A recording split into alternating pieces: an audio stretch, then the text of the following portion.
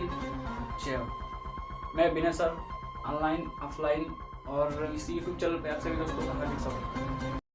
ये आपका अंसाल्व है जो आपको अब क्योंकि बोर्ड एग्जाम आ चुका है, बोर्ड एग्जाम के तहत आपको क्या करना पड़ेगा, मॉडल पेपर का प्रिपरेशन करना पड़ेगा। यानी कि बोर्ड एग्जाम में किस प्रकार के क्वेश्चन आ सकते हैं, किस प्रकार का क्वेश्चन आएगा, इसके अनुसार आपको क्या करना पड़ता है, उसको सॉल्व करना पड़ता है। तो मैं पहले आपको मॉडल पेपर बताऊंगा कि मॉडल पेपर किस प्रकार से आएगा और आपको किस प्रकार से उसको सॉल्व करना है। कह रहा है कि गणित कक्षा 10 का मॉडल पेपर है और मॉडल पेपर हमारा 2021 का है, क्योंकि आपको 2023 में एग्जाम देना है और जब 2023 में देना है तो हमें एक साल का क्या होना चाहिए, उसके बीच में गैप होना चाहिए। यानी एक साल का जो ड्यूरेशन रहेगा उसके टाइम पीरियड को लेके क्या करना पड़ेगा, हम ऑब्जर्व करना पड़ेगा। तो उसको लेके क्या करना है, हमें एक साल के गैप के अधीन पे ही हमें क्या करना है, प्रिपरेशन करना है आपको। यानी 2023 में पेपर देना है तो आपको 2021 का प्रिपरेशन करना पड़ेगा, 2019 का प्रिपरेशन करना है, 2017 का करना पड़ेगा। अगर 24 में देना है तो 22 का, 20 का, 18 का, यानी कि एक साल के गैप के अंतर्गत का सारी चीजों का उसका क्या करना पड़ेगा, उस पेपरों का प्रिपरेशन करना पड़ेगा। उसके बाद अगर आपके पास टाइम बचता है तो एक साल पीछे का क्या कर सकते हैं, यानी कि 23 में पेपर देंगे तो 22 के अनुसार पेपर को भी क्या किया जाएगा, आप उसको सॉल्व कर लीजिए, सॉल्व कराया जाएगा। ठीक है ना। कह रहा है कि प्रारंभ के 15 मिनट जो दिए जाएंगे परीक्षा प्रश्न पढ़ने के लिए रहेंगे। वो आपको 15 मिनट कुछ करना नहीं है, आप अपने परीक्षा प्रश्न जो दिए हैं आप उसको अच्छे से पढ़ लीजिएगा। पढ़ने का रीजन क्या है, पढ़ेंगे आपको पता चलेगा मुझे कौन कौन सी चीजें आ रही है, कौन कौन सा प्रश्न मुझे करना है, कौन कौन सा मुझे आ रहा है, पहले कौन सा करना है, कौन सा नहीं करना है। उस 15 मिनट के अंदर आपको क्या करना है, ये जान लेना है। ये 15 मिनट सिर्फ आपको पढ़ने के लिए रहता है। बहुत सारे ऐसे बच्चे होते हैं जो 15 मिनट में क्या करते हैं, सब कुछ उसी में हालियाली करने लगते हैं। आपको हालियाली कुछ नहीं करना, जल्दीबाजी कुछ नहीं करना है।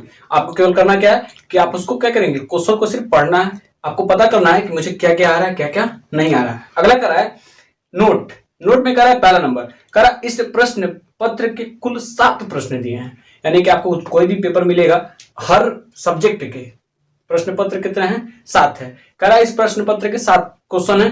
कह रहा सभी क्वेश्चनों को क्या करना है। कह रहा सेकंड, सभी प्रश्न करना अनिवार्य है, आपको करना ही पड़ेगा, उसमें से छोड़ना नहीं। कह रहा है प्रत्येक प्रश्न के प्रारंभ में स्पष्टतः लिख दिया गया है कि उसके कितने खंड करने हैं।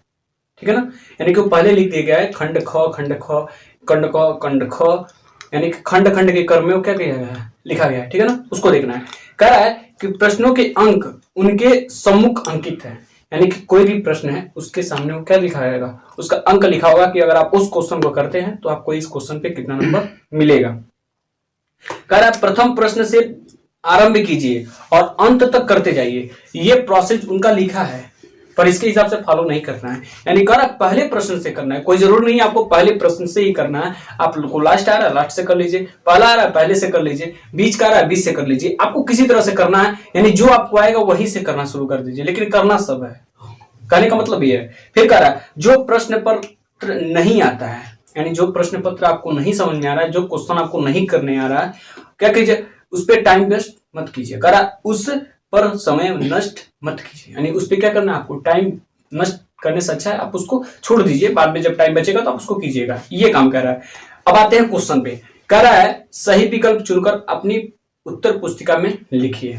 सुनने में आ रहा है कि आपका 20 नंबर का क्या होगा, एमसीक्यू क्वेश्चन होगा, यानी 20 क्वेश्चन एमसीक्यू आएंगे। शायद अगर आते हैं तो अच्छी बात है, तो आप उसके हिसाब से क्या कर सकते हैं, आंसर से अगर प्रिपरेशन करते हैं तो आपके 5-5 क्वेश्चन हर मॉडल पेपर के दौरान आपको मिलेंगे। अगर 5-5 क्वेश्चन मिलते हैं तो कम से कम 2-3 साल का मॉडल पेपर आप उठा के उसको प्रिपरेशन कर सकते हैं। एक साल के मॉडल पेपर कम से कम 7 होते हैं। यानी पूरे उत्तर प्रदेश में, यानी एक ही स्टेट में, यूपी बोर्ड में कितने तरह के पेपर बनते हैं, 7 तरह के पेपर बनते हैं। यानी कि एक साल में 7 मॉडल पेपर आपको मिलते हैं। 7 यानी कि 5-5 अगर क्वेश्चन आते हैं, यानी 5 क्वेश्चन एक मॉडल पेपर में, 5 क्वेश्चन एक मॉडल पेपर में, क्या होता है, एमसीक्यू होते हैं। तो उस एमसीक्यू मतलब होता है टिपिकल, यानी कि ऑब्जेक्टिव क्वेश्चन। आप उसको क्या कर सकते हैं, उसमें से नोट करके आप उसको क्या कीजिए, प्रिपरेशन कर लीजिए, उसको लर्न कर लीजिए, उसको लगा लीजिए, उसको याद कर लीजिए। वो शायद कुछ क्वेश्चन हो सकता है मैच कर जाए, ये टोटली गारंटी नहीं लिया सकता, लेकिन 99% चांस होता है मैच करने का। क्योंकि कोई भी मॉडल पेपर बनता है, कोई भी पेपर बनता है बोर्ड एग्जाम का, तो पीछे के पेपर को कवर करके बनाई जाती है। पीछे के पेपर से क्या होता है, कुछ ना कुछ क्वेश्चन कॉपी होती है। ठीक है ना, तो आप उसको देखना है। कह रहा है प्रश्न नंबर 1, कह रहा है सही विकल्प चुनकर अपनी उत्तर पुस्तिका में लिखिए। ये आपको बोल दिया है। कह रहा है पहला नंबर, कौन नंबर इसका, कह रहा है एक परिमेय संख्या और एक अपरिमेय संख्या का योग होता है। स्क्रीन पे आपको दिख रहा होगा। कह रहा है कि एक परिमेय संख्या और एक अपरिमेय संख्या का योग होता है। आप उस क्वेश्चन को कई बार पढ़िए, पढ़ने का रीजन क्या है, आप उसको कई बार पढ़ते हैं तो पहले बार में नहीं समझ में आता है, कुछ क्वेश्चन ऐसे होते हैं, उसको कई बार प्रिपरेशन कीजिए, कई बार पढ़िए, शायद आपको समझ में आ जाएगा। जैसे मैंने पहली बार लिए, एक परिमेय संख्या और एक अपरिमेय संख्या का योग होता है, यानी परिमेय संख्या किसे कहते हैं, तो जो अंश बटा हर के रूप में लिखा जाता हो उसको क्या करते हैं हम, यानी पी बाई क्यू के टर्म में लिखा रहता है, उसे क्या कहते हैं, परिमेय संख्या। अपरिमेय संख्या जिनका वर्गमूल नहीं किया जा सकता है उन्हें क्या कहते हैं हम, अपरिमेय संख्या कहते हैं। यानी कि जब परिमेय और अपरिमेय दोनों को जोड़ा जाएगा तो हमेशा क्या मिलता है, वो अपरिमेय संख्या मिलता है। समझा क्या, यानी इसका ऑप्शन क्या हो जाएगा, बी वाला, यानी इसका ऑप्शन क्या हो जाएगा, बी वाला सही हो जाएगा, यानी पहले का कौन सा होगा, बी। क्लियर। करा अगला ख नंबर, करा आंकड़ों 2 6 4 2 0 2 1 3 2 3 का बहुलक है, स्क्रीन पे आप देख रहे हैं, ठीक है। कह रहा है अब आपको इसमें देखना है कि कितने बार आया, मैंने पहले क्वेश्चन में बता दिया कि बहुलक में बहुत सारे लक, यानी बहुत सारे जो संख्या बहुत बार आई होगी, यानी उसका चांस कई बार है आने का, उसे क्या कहते हैं, बहुलक कहते हैं। आप उसको उठा के देख लीजिए कितने बार आया है, 2 कितने बार आया है, 4 बार, यानी 2 4 बार आया है। उसके बाद 6 कै बार आया है, सिर्फ 1 बार आया है। 4 कै बार आया है, सिर्फ 1 बार आया है। फिर कर रहा है 0 कै बार आया है, सिर्फ 1 बार आया है। 1 कै बार आया है, सिर्फ 1 बार आया, और 3 कै बार आया, सिर्फ 2 बार आया, यानी सबसे ज्यादा कौन आया, 2, यानी कि इसका ऑप्शन में कौन सा सही होगा, तो आप कह सकते हैं सी नंबर इसका ऑप्शन क्या होगा, सही होगा। क्लियर। अगला देखते हैं नंबर, रेखाओं a1x plus b1y plus c1 बराबर 0 तथा a2x plus b2y plus c2 बराबर 0 का एक अद्वितीय हल होगा। तो अद्वितीय हल का मतलब होता है, अद्वितीय हल कौन होगा, तो आप कह सकते हैं कि पहले का मान जब दूसरे के बराबर नहीं होता है तो क्या होता है, वो अद्वितीय हल होता है। क्योंकि आप दो चररेखाओं के रैखिक समीकरण वाले चैप्टर में आप पढ़े होंगे कि a1 upon a2 does not equal to b1 upon b2 क्या होता है, अद्वितीय हल के अंतर्गत आता है। और यदि a1 upon a2 is equal to b1 upon b2 लिखा होता है तो क्या होता है, वो द्वितीय, उसके अनेक रूप अनेक हल हो सकते हैं, ठीक है ना। a1 upon a2 is equal to b1 upon b2 is equal to c1 upon c2 अगर रहता है तो आप उसको भी सुनोगे, इसके अनेक प्रकार के हल हो सकते हैं, ठीक है ना, ये चीज होता है। तो आप कह सकते हैं अद्वितीय में अमीन नहीं, द्वितीय में दोबारा, यानी इसका दोबारा हम हल ना करें, न कर सके तो क्या होता है, अद्वितीय हल होता है। यानी कि a1 upon a2 does not equal to b1 upon b2 है तो क्या होता है, वो अद्वितीय हल के अंतर्गत आता है। यानी इसमें कौन सा ऑप्शन सही होगा, तो इसमें भी सी वाला ऑप्शन क्या होगा, सही होगा। a1 upon a2 does not equal to b1 upon b2, ठीक है ना। तुरंत झटाक दे लिखिए, फटाक दे नंबर लीजिए, कोई दिक्कत नहीं।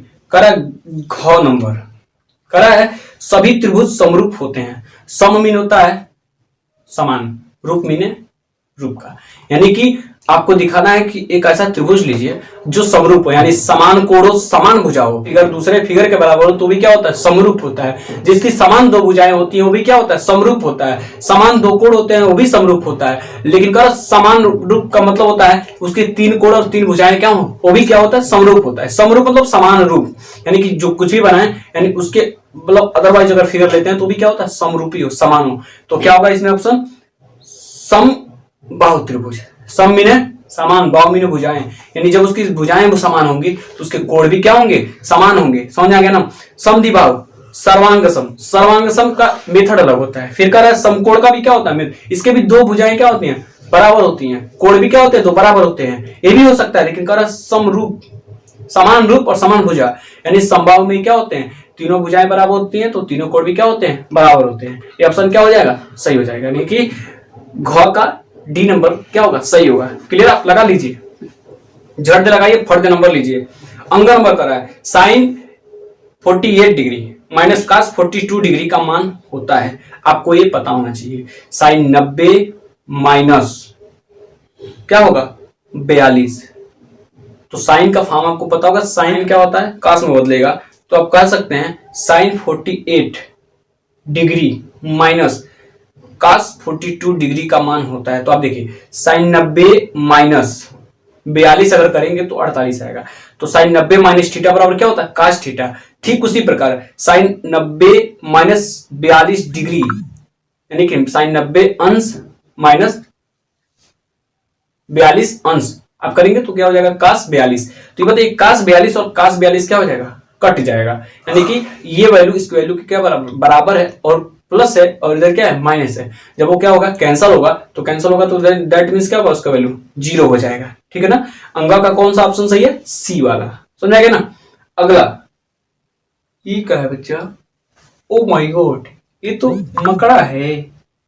नीचे आ जा। कह रहा अंग तो हो गया, कह रहा 4 नंबर। एक और ऑप्शन दे दिया, इसको भी देख लिया जाए, कोई दिक्कत नहीं है। शंकु के छिन्नक का आयतन होता है, तो शंकु के छिन्नक का आयतन सीधे फार्मूला ही होता है। आप फार्मूलों को गणित के विद्यार्थी ज्यादातर याद करें, क्योंकि फार्मूले के आधार पे ही सारे सवाल आपको लगने हैं, ठीक है ना। तो कह रहे हैं शंकु के छिन्नक का आयतन होता है, कह रहे हैं आप इसमें दिखा सकते हैं 1/3 pi root H square plus R1 square minus R2 square, ये नहीं होता है, ठीक है ना। आप कह सकते हैं बी वाला ऑप्शन क्या होगा, सही होगा, यानी 1/3 पाई एच ऑफ कोष्टक, यानी कोष्टक का मान R1 square plus R2 square plus R1 R2, ये वाला ऑप्शन क्या हो जाएगा, सही हो जाएगा। क्लियर।